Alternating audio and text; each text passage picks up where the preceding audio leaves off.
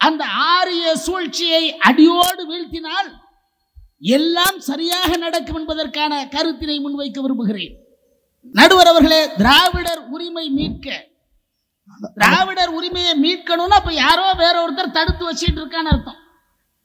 அப்ப திராவிடர் உரிமையை தடுத்து வைத்திருப்பவன் யார் என்பதை அடையாளப்படுத்தணும். அப்புறம் திராவிட உரிமையை விடாமல் திராவிடர்களுக்கு கொடுக்காமல் அதை தன்னகத்தே தடுத்து வைத்திருக்கக்கூடிய ஒரு கூட்டம் தான் ஆரிய கூட்டம், பார்ப்பன கூட்டம் என்பதை அடையாளப்படுத்திய தலைவன் தத்துவ தலைவர் தந்தை பெரியார் அவர்கள்.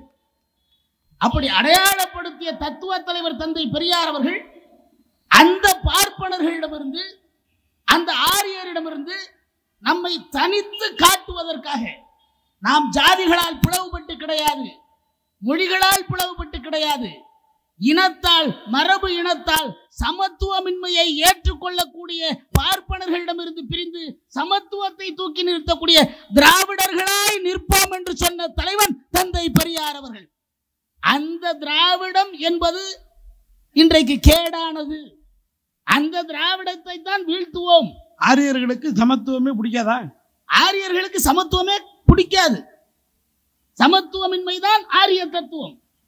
சமத்துவம் என்பது திராவிட தத்துவம்.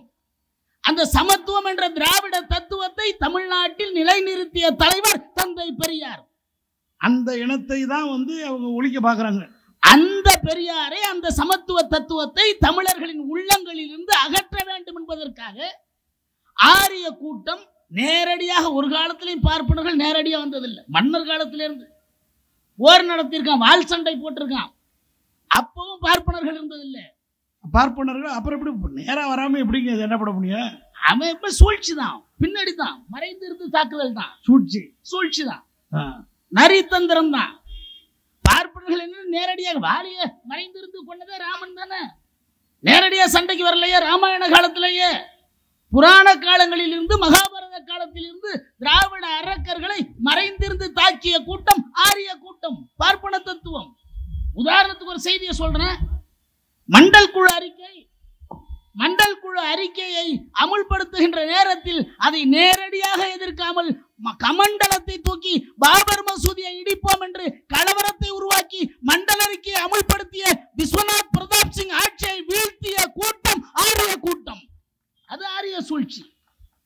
அந்த அடிப்படையில் தமிழர்களின் உள்ளமெல்லாம், பக்தர்களாக இருக்கக்கூடிய தமிழர்களின் நெஞ்சமெல்லாம் நிறைந்திருக்கக்கூடிய தத்துவ தலைவன் பெரியாரை அவன் உள்ளத்தில் இருந்து அகற்ற வேண்டும் என்பதற்காக பார்ப்பனர்களால் தயாரிக்கப்பட்ட சில சைமன்களும் தமிழ் இந்துக்களும் கிளம்பி பெரியாரை தமிழுக்கு எதிரியாக அடையாளப்படுத்துகிறார்கள். பூரி சங்கராச்சாரிய ஐயாவையே நீங்க ஒரு தடவை எங்க மடத்துக்கு வந்துட்டு போகணும்னு கூட கூப்பிட்டுருக்காரு.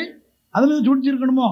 சூழ்ச்சி இருக்கு. அதனாலதான் தந்தை பெரியார் அவர்கள் உங்களுடைய அன்புக்கு நன்றி, ஆனால் சந்திக்க விரும்பவில்லை என்று ஆரிய சூழ்ச்சியை சரியாக புரிந்த தலைவன் தந்தை பெரியார் அவர்கள். அதனாலதான் தமிழ்நாட்டில் தமிழ் இந்துக்கள் சில சைமன்கள் கிளம்பி தமிழுக்கு. திராவிடர் கழகத்தில் பார்ப்பனர்கள் உறுப்பினராக இருக்காங்கல்ல.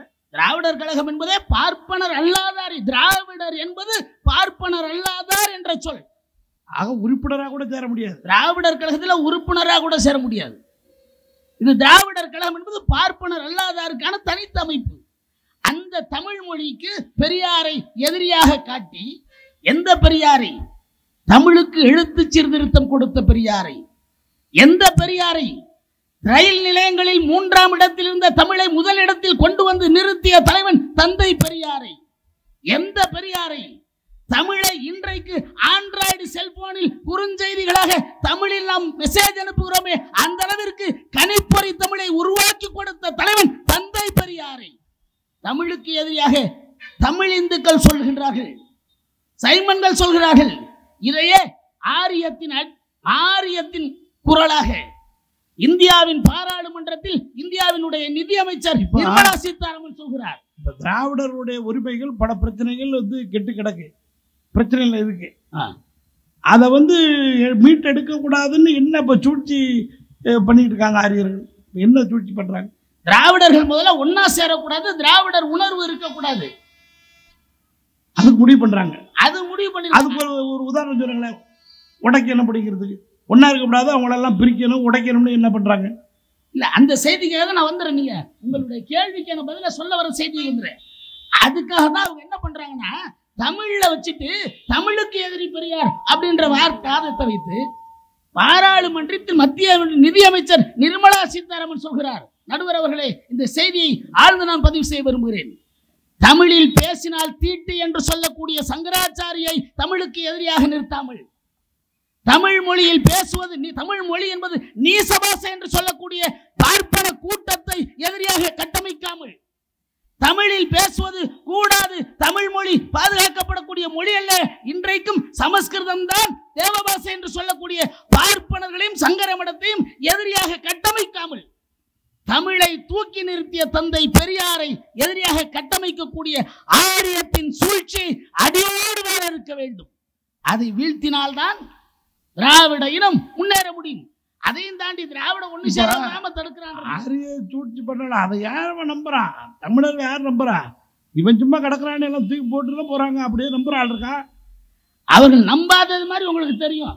இவன் அப்படியே நம்பி கெட்டு போனவங்க ஏதாச்சும் உதாரணம் சொல்ல முடியுமா?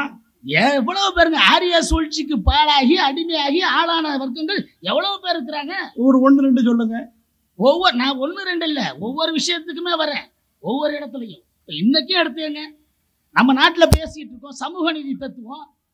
சமூக நீதி தத்துவத்தை நல்லா யோசிச்சு பாருங்க. பெரியாரால் திராவிட இயக்கத்தால் பார்ப்பனர் அல்லாத மக்களுக்கு வகுப்புவாரி உரிமைன்னு வாங்கி கொடுத்தோம். வகுப்புரிமை தத்துவத்தை அரசமைப்பு சட்டத்திற்கு எதிரானது என்று சொல்லி ஒரு பார்ப்பன பெண்மணி செண்பகம் துரைராஜன் என்ற ஒரு பெண்மணி வழக்கு தொடுத்து மருத்துவக் கல்லூரிக்கு விண்ணப்பித்தேன், எனக்கு இடம் கிடைக்கவில்லை. காரணம், தமிழ்நாட்டில் இருக்கக்கூடிய வகுப்புவாரி உரிமையான கம்யூனல் ஜிஓ. அந்த பொண்ணு பேர் என்ன? செண்பகம் துரைராஜன். எதுக்கு மனு போட்டுச்சு? மருத்துவக் கல்லூரியில் MBBS படிக்கிறதுக்காக மனு போட்டுச்சா? மனு போட்டதாக இருந்தது. மனு போடலன்றது இந்த வழக்குக்கு பின்னாடி தான் தெரிய வந்தது. மனு போடாமலேயே வருது. மனு போடாமலேயே மனு போட்டதாக சொல்லி இந்தியாவில் குறிப்பாக தமிழ்நாட்டில் கம்யூனல் ஜிஓ என்ற வகுப்புவாரி உரிமை இருப்பதால் தான் எனக்கு மருத்துவக் கல்லூரியில் அனுமதி கிடைக்கவில்லை. எனவே இந்த கம்யூனல் ஜிஓ அன்கான்ஸ்டிடியூஷனலைஸ், அரசமைப்பு சட்டத்திற்கு விரோதமானது என்று சொல்லி, சரி இந்த மனு போடாம பிரச்சனை பண்ணுச்ச அந்த பொண்ணு கோர்ட்ல அது தானா போய் வாதாடம் பண்ணிச்சா வக்கீல வச்சுதா?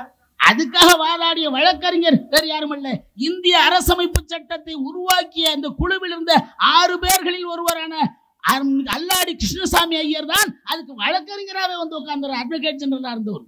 ஆக பாப்பா அப்ளிகேஷனே போடாத அளவுக்கு வாதாடி இருக்கான். விசாரிச்சதுக்கு அப்புறம் தான் தெரியுது இவர் விண்ணப்பிக்கவே இல்லை.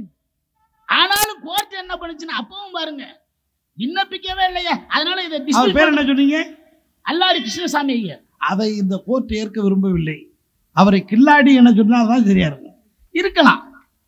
நடுவர் அவர்களே, அதற்கு பிறகும் கூட அன்றைக்கு பெரியார் இந்த மக்களை திரட்டி போராடியதனால் இந்திய அரசமைப்பு சட்டம் திருத்தப்பட்டது சமூக நீதி தளத்தில். இன்னைக்கு அதே சமூக நீதி தளத்தில் இன்னைக்கு நம்ம மக்கள் உட்கார்ந்துட்டு என்ன சொல்றோம், ரொம்ப சுலபமா இந்த சமூக நீதியை ஒழிக்கிறதுக்கு ஆரியர் செய்யக்கூடிய சூழ்ச்சி என்ன தெரியல, தகுதி திறமை போச்சுயா, இடஒதுக்கீடு வந்ததுனால தகுதி போச்சு திறமை போச்சு அப்படின்றான். ஆனா அதுக்கு சொல்ற அவனே இன்னைக்கு இந்திய அரசாங்கம், மோடி அரசாங்கம், பிஜேபி அரசு 10% EWS. அதுக்கு நல்ல விளக்கம் சொல்ல, சும்மா ABCD சொல்ற மாதிரி சொல்லக்கூடாது. எக்கனாமிக்கலி வீக்கர் செக்ஷன், பொருளாதார அடிப்படையில் நலிந்த பிரிவினருக்கான இடஒதுக்கீடு. அது இன்னும் சொல்ல போனா ஏழைகளுக்கு இடஒதுக்கீடு. ஒண்ணு நம்ம ஊர்ல உட்கார்ந்து இருக்கு, நல்லது தானே. அதுதான் இதையே தான் நம்ம ஊர்ல இருக்கக்கூடிய பார்ப்பனர் அல்லாத பிற்படுத்தப்பட்ட மக்கள், தாழ்த்தப்பட்ட மக்கள் எல்லாரும் என்ன நினைக்கிறாங்க, ஏழைக்கு தானே மோடி இடஒதுக்கீடு கொடுக்குறாரு, இதை இந்த திராவிட மாடல் ஆட்சி எதுக்குதுங்க, இதை திராவிடர் கழகம் எதுக்குதுங்க, இது அந்த கருப்பு சட்டை இயக்கம் எதுக்குதுங்க, ஏங்க ஏழைக்கு கொடுக்கறதுல என்ன தப்பு அப்படின்னு நினைச்சிட்டு இருக்காங்க.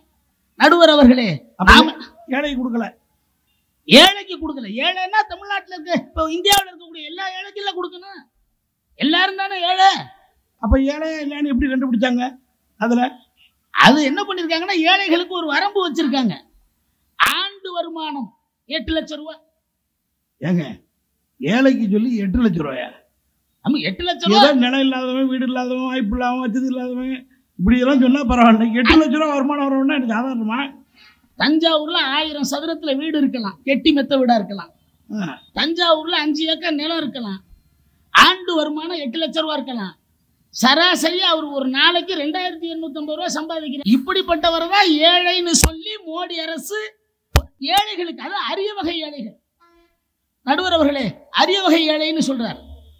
நடுவர் அவர்களே, அரிய வகை ஏழைகள். இந்த ஏழைகளில் இங்க இருக்கக்கூடிய ரெட்டியார் கிடையாது, முதலியார் கிடையாது, கள்ளர் கிடையாது, பள்ளர் கிடையாது, பறையர் கிடையாது, அருந்ததியர் கிடையாது. அப்ப யார்தான் ஏழைன்னா உயர் ஜாதி ஏழைகள், அது அரிய வகை ஏழைகள். அது யாருன்னா வெறும் பார்ப்பனர்கள் மட்டும்தான். சரி, நம்ம பார்ப்பனர் அல்லாத மக்களுக்கு இடஒதுக்கீடு கொடுத்தப்ப தகுதி திறமன்னா இல்ல, இப்ப அவங்களுக்கு இடஒதுக்கீடு கொடுக்கறாங்க. அப்ப சொல்லணுமா இல்லையா தகுதி போச்சு திறமை போச்சுன்னு? சரி, இந்த இடபிள்யூஎஸ் சொல்றீங்களா, இதுக்கு எத்தனை வருஷமா போராடினாங்க? எந்த போராட்டம் நடத்தினாங்க? இல்ல, எத்தனை வருஷம் போராடினாங்க? எந்த போராட்டமும் நடத்தல. அது இப்படி போராடுறதுக்கே கிடைக்கப்பட்டது, இப்போ போராடாம கிடைக்குதா? போராடினாலும் கிடைக்காது என்பது பார்ப்பனர் அல்லாத மக்களின் நிலை. போராடாமலே கிடைக்க முடியும். ஆட்சி அதிகாரத்தை கூட உருவாக்கக்கூடிய ஆற்றல் பார்ப்பனர்களுக்கான நிலை. ஒரு சான்று இப்ப சொல்லி நடந்து முடிஞ்ச செய்தியை சொல்றேன்னு. இந்தியாவினுடைய உள்துறை அமைச்சர் தமிழ்நாட்டிற்கு வந்தார். அமித்ஷா இந்தியாவோட உள்துறை அமைச்சர் தமிழ்நாட்டுக்கு வந்தாரா இல்ல? அவர் இந்தியாவினுடைய உள்துறை அமைச்சர், மிகப்பெரிய அதிகாரத்தில் உள்ளவர். எடப்பாடி என்பவரும் சாதாரணமானவர் அல்ல. நம்ம வேணா அரசியலுக்காக நான் பேசல.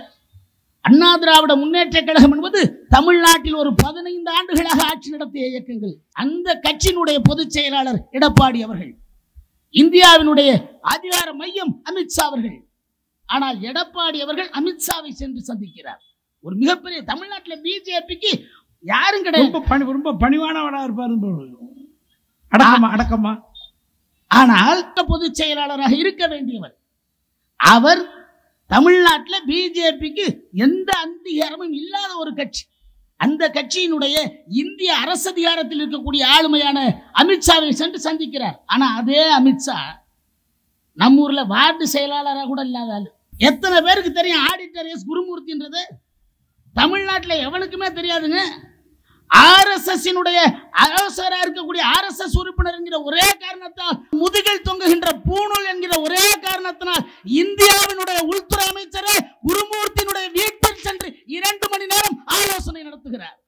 பொதுவா எல்லாம் பேசிக்கிறாங்க, பார்ப்பனர்களுக்கு பெரிய ஆயுதமே வீடு தாங்கிறாங்க. இந்த நாட்டினுடைய ஆரியம் அழித்த சாம்ராஜ்யங்கள்ல சாதாரணமான சாம்ராஜ்யங்கள் இல்லை. எவ்வளவு பெரிய மன்னர்கள். ஆரியர்களுடைய சூழ்ச்சி திராவிட உரிமையை தடுக்கிறதுக்கு இந்த மாதிரி பல வகையில் போகுது. இந்த சமூக நீதி உரிமையை தடுத்திருக்கா இல்லைங்களா?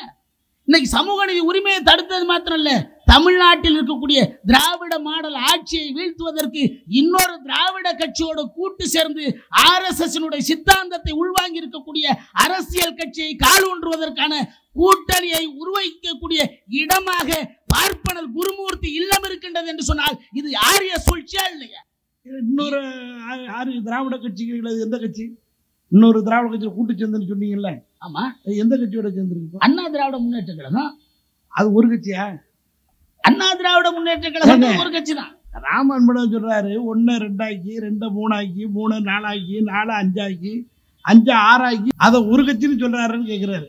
பார்ப்பனர்களோட வேலையை அதுதானே. ஒன்னாய் இருந்த திராவிடனை பல்லனாய், பறையனாய், கள்ளனாய், செட்டியாய், நாடானாய், முதலியாய், ஜாதியால் பிளவுபடுத்தி இந்த ஜாதியை தமிழ் என்ன தெரியுங்களா நினைச்சிட்டு இருக்கேன். இது ஏதோ நம்ம சொந்த மண், சொந்த மொழி, நம்ம தமிழை சார்ந்தது, ஆண்ட பரம்பரைன்னு இவன் நினைச்சிட்டு இருக்கான். இது பார்ப்பனர்களால் புகுத்தி நம்மை சேர விடாம பிரிச்சதுதான் ஜாதிங்கிறதே தெரியாம இருக்கிறானே. மன்னர் என்னங்க, அரசியல் கட்சி என்னங்க, தமிழனே பிரிச்சு விட்டானே. ஒண்ணு சேர விடலையா திராவிடனா? திராவிடனா ஒண்ணு சேர விடாம ஜாதியை புகுத்தி இருக்கிறானே.